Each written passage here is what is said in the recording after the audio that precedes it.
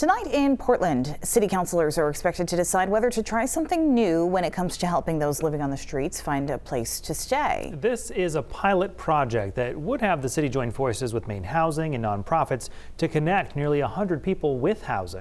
Quite a challenge for a city where available rents are still scarce and pricey. News Center Maine's Jack Mulman is at Portland City Hall tonight with more on what is being proposed there. Jack. Well, that's right, Brian and Amanda. If the City Council chooses to approve this measure, this would specifically impact people who are not staying at city shelter. This would impact people who are living on the street, living in specifically encampments, hopefully with the goal of housing at least 45 of them within this calendar year. The only problem is that those people who live in encampments are some of the most reluctant people to accept city services in the first place.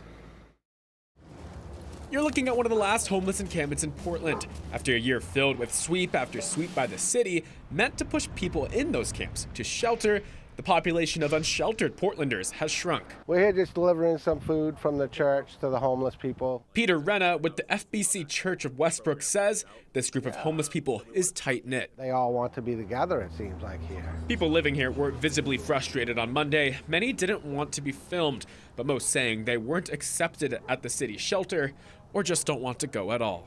So yes, I would agree that, at this point, they probably are the most apprehensive. Lauren Chan with Portland says the remaining population who are unsheltered is hard to service. Some have mental health issues, others have a distrust in the city.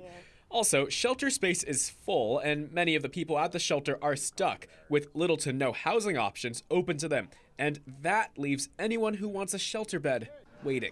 But a new proposal from MaineHousing and Portland hopes to skip this whole timeline altogether. Then at least we can try to find other solutions for them beyond just the shelter. The program, partly funded by MaineHousing, will target 90 homeless people. The goal to house 45 people within 1 year. To do this, they will hire 3 housing navigators and 2 homeless outreach workers. City Manager Danielle West says this program specifically targets the remaining unsheltered people in the city. It's really working with those individuals and trying to make sure we get the services that they need right at the encampments. Working to convince people that there are options to get off the streets. But it takes time and it takes effort, and so this MaineHousing program will be one step. And create alternatives from getting off the streets besides going into a shelter that many at this encampment just don't trust. If we can have a lot of different partnerships that we can kind of help people or direct people to as an alternative, that'd be great. Right now we're standing behind Lowe's. And despite that distrust, we still find people who want help. Yeah, I'm ready. CJ Martell says he's getting older and he's tired. He doesn't want to go to the shelter, but says he's open to the idea of going directly to a housing solution. I really do want to go inside. I'm tired of it. A lot of people look at us, judge us because we're out here homeless and everything, but hey, there's some of us that do have a heart, you know what I mean?